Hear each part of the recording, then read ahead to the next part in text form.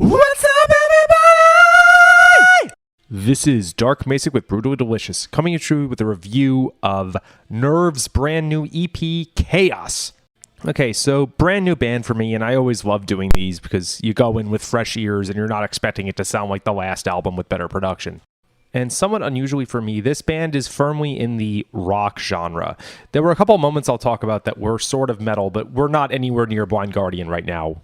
So, in a weird way, this band's sound is cathartic because they solve exactly what I did not like about most of the bands I would compare them to. That is, they sound like 2000s era rock bands, but the singer is really good. And I think that was my main hang-up with bands like, I don't know, Stained or Seether, was that the vocalist just never did it for me. I always assumed they were tuning really low because they couldn't find a tenor. I'm admittedly not very well versed in those bands, but I will just say I was immediately taken back something like 20 years to that era of radio rock. Not The Darkness, not Velvet Revolver, but kind of everything else from then. The production is outstanding. In fact, that was probably my favorite thing about that era was they managed to make guitars sound bassy without sounding muddy. Huge guitars, huge drums, just really big sound, but also pretty dynamic. The band isn't firing on all cylinders at all times, so it makes the choruses that much bigger. And with that, let's talk about some songs.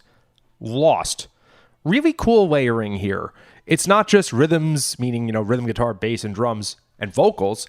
There's a lot of changing beats, there's a lot of really cool vocal melodies, and there's just like a couple smallish lead guitar parts, things that make the whole thing pop. They clearly put some effort into their songwriting here. They could have come up with a couple progressions, strung them together, and said, that's a song. But this was clearly meant as one cohesive unit and not as cookie cutter. Panic. So this is a nice, metal-ish intro. Those drums and guitar patterns in the intro, the way they interlocked and the rhythms, that could have been on like a Dream Theater song from Octavarium. Maybe I was thinking of Panic Attack because of the title, but this was pretty heavy for a quote-unquote rock band. I'm a little bit reminded of Edge of Paradise in the chorus, and everyone here knows I love them. I've interviewed Margarita before. But also, of course, they have nice anthemic choruses, and I was reminded. Last but not least, Pain. Here's a nice closer. We got good drumming and good riffing and really nice vocal melodies. It's one of those songs where you ask yourself the first time, is this the chorus? Because there's several sections of the song where you can sing along to the melody and you think, oh, this is anthemic. Oh, wait, there's another one. Oh, wait, there's another one. Owing again to songwriting that is not cookie cutter. Okay, so oftentimes it takes a full album to get me into a band. Right here, we've got an EP of 6 songs that makes me think, maybe I should give them, and maybe most 2000s rock, another shot.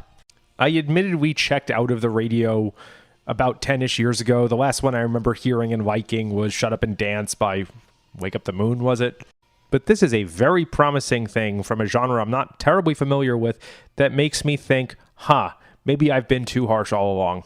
And even if I'm way off on what their influences are, what the band actually sounds like, give them a shot because they wrote some great songs, it's not cookie cutter, and this dude can sing. Thanks, guys. Rock on.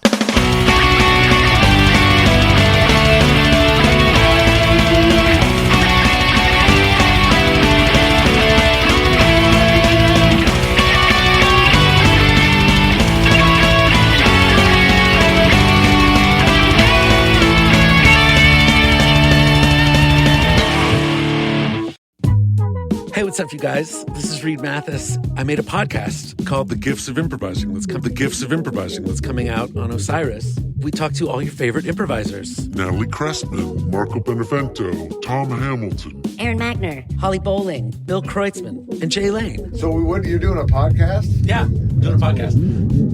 So don't fear if you hear a foreign sound to your ear.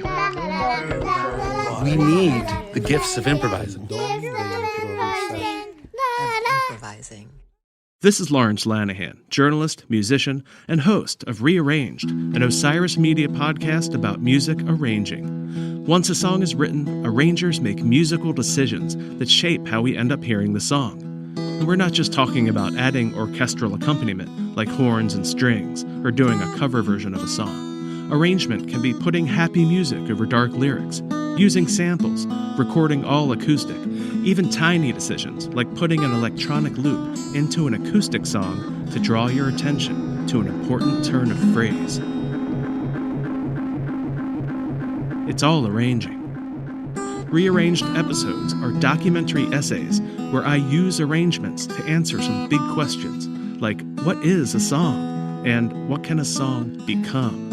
And how can the sound of a song change the meaning you take from it? Listening this way has changed my relationship with music. Tune into Rearranged, and maybe it'll happen for you too. Learn more at rearrangedpodcast.com. Osiris.